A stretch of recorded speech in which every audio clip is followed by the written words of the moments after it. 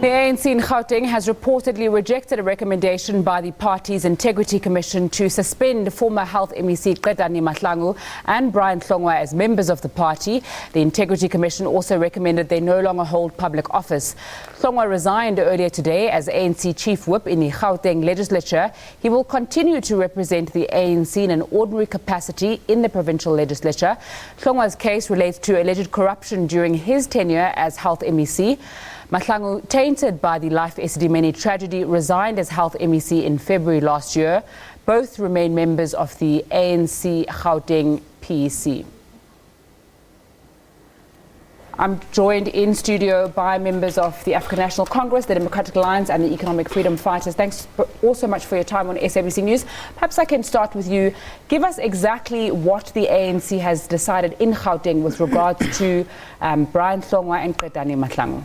Yes, thanks. The PEC on Sunday received a report from the Integrity Commission on the three matters before them. So it wasn't two, it was three. They made two separate types of recommendations, one relating to their public office, their position as in public office, and one relating to their membership of structures and the ANC as a whole. So we agreed with the Integrity Commission relating to their positions in public office, and as you would know that in response to that, Comrade Brian then requested that the ANC release him of his duties in the legislature. The other two had already left and resigned from public office. However, where we disagreed, not necessarily rejected the Integrity Commission's recommendations, was on matters relating to their membership of the party and its structures. Because according to the constitution of the ANC, those can only be made and sanctions can only be meted out by a disciplinary committee, not the Integrity Commission. Do we know if there will be disciplinary proceedings against the two of them on these issues? At this stage, no. So, in essence, their membership is safe and there's not going to be any further action taken against them despite the allegations and the evidence that we've seen? Yes, because the disciplinary process in relation, as it is outlined in the Constitution, is very clear as to what charges can be meted out against a member for disciplinary processes. Perhaps I can bring you into the discussion. What's your reaction to that ANC decision? Well, I really think that it's shocking that the ANC continues to protect these two members of the ANC and that they're still senior office bearers of the ANC elected by the ANC membership. Do they not care for the 144 people who died with the Esidiment tragedy? Do they not care that the Gauteng Health Department was absolutely ruined under Hlongwa, who's been implicated in 1.2 billion rand corruption? You know, he has resigned now as Chief Whip, but he's still going to be a member of the legislature. Action should have been taken against him a long time ago, so I think this is very weak action. It shows that the ANC's soft on corruption and they really don't care about the lives lost in the Qedani.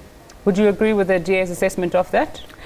The issue is that you would remember that the EFF passed a motion of no confidence against Hlongwa as a Chief Whip of the legislature, because he's not just a Chief Whip of the ANC in that capacity on the 28th of June.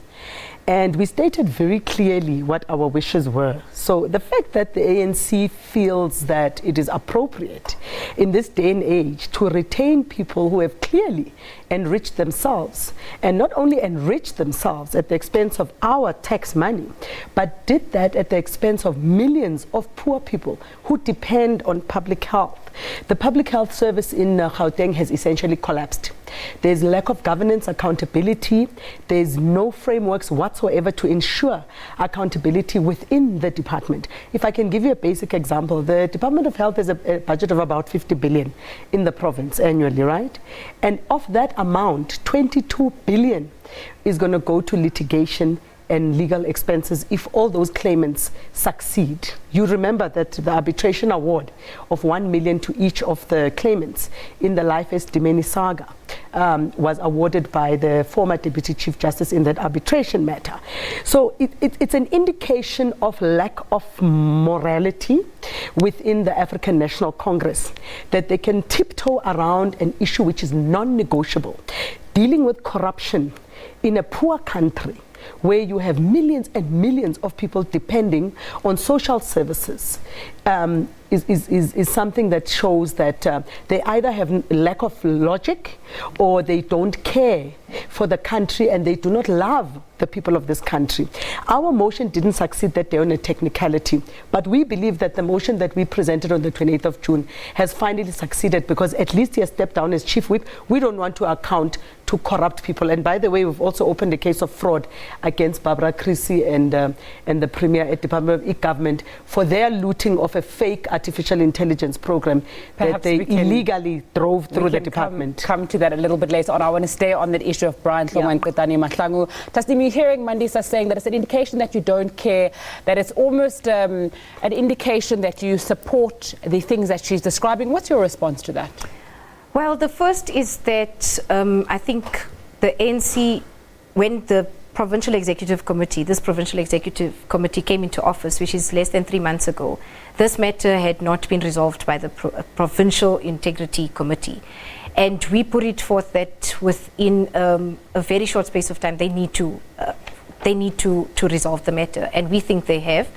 The matter relating to whether or not Comrade Brian is guilty as accused remains to be seen. It has to be tested in court. And we think the SIU report is out, yes, but an SIU report is tabled and then it will indicate to prosecutive authorities whether there is grounds for prosecution. It has taken 8 years and there's been no prosecution.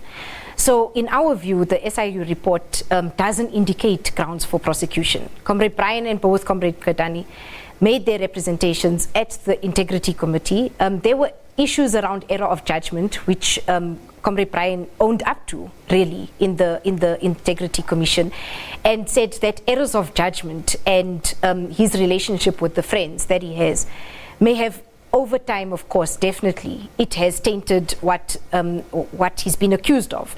He has faced a lot of humiliation, and unfairly so, for 8 years without this case going to court. Which we think is unfair. I mean, justice delayed is justice denied. Yeah, I'm sorry to step in there. I just want to bring up the point that there's a perception, rightly or wrongly, that sometimes the ANC allows people who are even convicted of certain things to stay on. Duduzi Manana as an example, of assaulting a woman, but then still being rewarded and still being told that that is one of the leaders of the people who essentially run the governing party in South Africa. So there's almost a sense that you're very easy on people who have been accused of things. And I'm not saying if someone is accused of something, they should be let go of. But it's a sense of, this person apologized, or, we understand the issue, so we're not going to discipline them. And this could say to voters ahead of elections that the ANC is not serious about cleaning up corruption. The ANC is not serious about people who cause damage to South Africans. Well, I disagree with that. The ANC Constitution says that if any member has been criminally charged and found guilty of criminality, they lose their membership. So in this case, no, they haven't been found guilty of any criminality, and that is because we respect the courts of the land. So the first is that let it go to court, let the outcome of the court then determine what happens in relation to their membership. Where the ANC can act is in relation to them representing the ANC in public office. Okay. And that's what we've done. Let's talk about ethics. And I'm sorry to step in, but I'm impatient with this kind of attitude because we know for a fact that the SIU report clearly located Brian Hlongwa with the directors of that 3P company, that he, during his tenure as MEC for health between 2006 and 2009, appointed and illegally appointed them to become project managers. So let's come back to the issue of ethics, right? The ANC is continuously telling us how they are serious about corruption and all of that. There's the King Code on Governance 4. Well, I don't know if it's 5 now, but I'm aware of 4, which is supposed to be applicable now. 3 and down was not applicable to government. It is now applicable to government. There's the Public Finance Management Act, which the ANC doesn't care about, by the way. I mean, I'll give you a stupid example. In 2016-2017 financial year, the ANC Department of Health, this department, spent 1.6 million rand on leasing buildings. Do you know how much they spent in 2017? 30 million rand. How do you jump from 1.6 million rand to 30 million rand? Let me continue. They don't even care about those buildings that they are leasing. You know very well, we opened a case of murder, both in Life Esidiment and the firefighters case recently, where they killed people in a building because they refused to adhere to the City of Johannesburg safety standards. We are dealing here with an organization that is in deep crisis. It is refusing to let go of the rot and the infections they have, such as Brian Hlongwa, because they only care about what they can loot and get out of the state as opposed to saving this country. They've looted this country. They continue to loot this country. The Department of Health, I'm telling you now, is in a state of complete collapse. They can't even afford to hire chartered accountants. They have one chartered accountant and the other 15 they hire through a consultancy called SAICA. And we all know what's happening now with SAICA in terms of credibility. And when we ask them, I asked the MEC for Health, why are you using consultants? Because we told you that we don't want this thing of consultants. We don't want all these tenders. Oh no, the PFMA doesn't allow us to employ chartered accountants. Where in this world have you heard of a department that cannot take stringent measures when it needs to do so to safeguard our purse? Sorry, could I just come in here? Really, this shows complete moral bankruptcy, I have to say. This is a political party that has protected both the Qedani Mahlangu right through the period of the Esidiment tragedy. You know, I called for her to resign immediately that the deaths were made known, but she hung on and on until the very last minute. And now we have Brian Hlongwa, who the evidence is absolutely overwhelming. Quite frankly, I think he's received political protection over the years. Yes, it should come to court, and I hope it does come to court as soon as possible. But for the governing party of this province to retain them as senior members, elected by their own members, I think just shows absolute moral bankruptcy, and they only care for themselves. They don't care for the people of this province. You want me to respond? Sure, I can. Look, the fact that it has not gone to court shows, and the ANC has said it even in the statement released in his resignation today, Comrade Brian is indicating that he has had to endure accusations for a period of 8 years, which is unfair to him. And this matter must go to court. The ANC cannot prosecute him. I mean, we're not the court of the land. So once that, and we've been calling for, if there are grounds for prosecution, it must go to court. Who determines that is the prosecutorial authorities, not the ANC. So that's, I think, you can't lay that at the doorstep of the ANC. Why it has not gone to court? Why it has not gone to court? That's not the responsibility of the ANC. It must go to court by the prosecutorial authorities. In fact, I would make a suggestion, because all of this, I mean, we are talking as though we are all outside of South Africa. We know what happens in the NPA. We know what happens in the courts here in South Africa. We know what happens to the SAPS. Let me speak to you about the SAPS and the NPA. We've got over 10 cases as the EFF that we have opened, including the 2 murder cases of Life Esidiment, as well as the one of the firefighters, right? Murder cases at the Sitoha Hostel, murder cases in Sidibeng, a murder case of one of our members in Ekurhuleni as far back as 2014. No movement. We requested a meeting with the provincial commissioner, Delanga, about 3 weeks ago. She postponed us twice. Let me tell you why. These things that she's saying about the NPA, the case has been in court for 8 years. We know how corrupt the NPA is. We know it. All of us know how corrupt the NPA is. Go to any rape victim, go to any child who has been molested. I've got millions of cases, like, as an exaggeration, on my desk of women who have been violated, and the NPA refuses to take those cases to court. So we can't be messed around here by the African National Congress, who have not only corrupted themselves, they've corrupted government, they've corrupted society. So it's a norm now. These things of Brian Hlongwa, Adio, there's nothing that he's saying, that they are saying, even as an argument, that holds water. 1 million rand was paid by Niven Pillay towards Brian Hlongwa's 7.2 million rand house. Do you know that? Who's Niven Pillay? He's related to that 3P company. 4.7 million rand was paid by a guy called Paul Smidek, a director of some other company that he was using in the department. How much more linkage do you want to prove that there's corruption? They need to get rid of Brian. We don't want him in the legislature. 10 years ago, I'm going back 10 years ago, I was the one that uncovered how he bought a 7.5 million rand house. And I asked, how could he afford that on what he's declared to the legislature? So I actually was censured. The only one who's been punished for this has actually been me. I was suspended for a week because I said, how could he afford a house based on, and who can afford such an expensive expensive house in the first place. So this goes back a very long time, and quite frankly, that the ANC has kept him in a senior position. He's been the ANC Chief Whip for 8 years.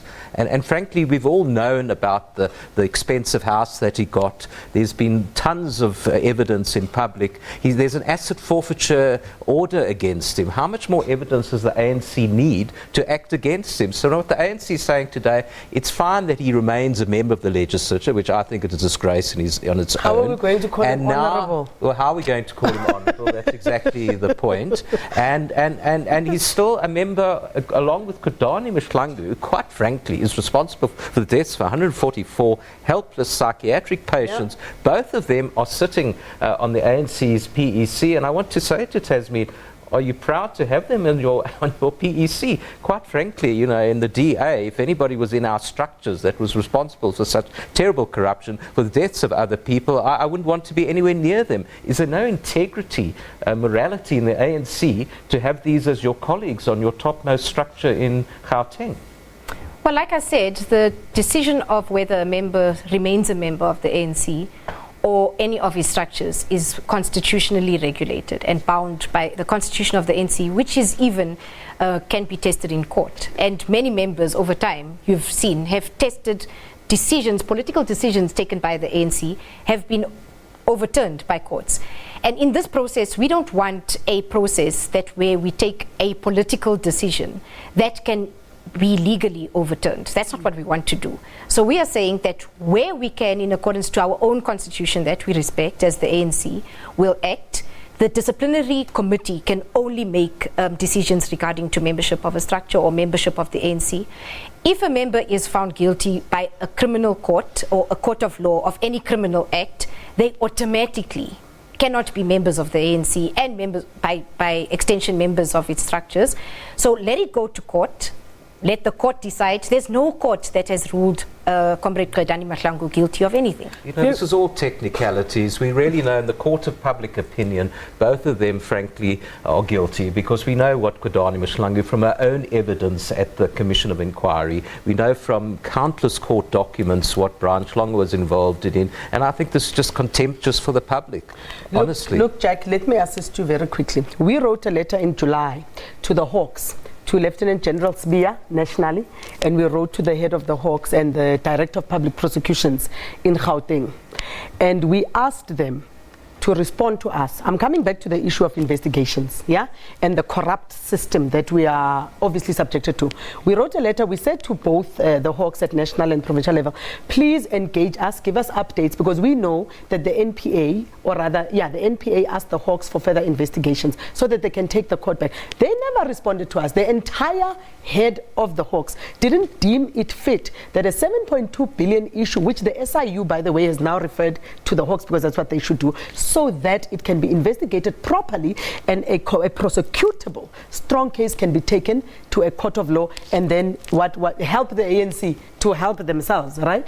Because that's what she's saying, they can't help themselves. This report by the SIU doesn't mean anything to them. It has a lot of evidence in it. It's clear, there's no ambiguity, but it's not enough for the ANC. I find it strange because the SIU is an entity which is under them as a government. But nonetheless, it's fine. We're going to be subjected to this until May next year. There's nothing much we can do about it for now, except to talk about it and to express our dissatisfaction. The Hawks in Gauteng and nationally need to respond to the EFF. Thank you all so much for your time. Tasneem Motara from the ANC, Jack Bloom from the Democratic Alliance, and Mandisa Mashego from the EFF for conducting the discussion mostly among yourselves. That we did appreciate that. It's time for a short break. We'll continue this story after the break by speaking to a family member of someone affected by the Life Esidiment tragedy. Do stay with us.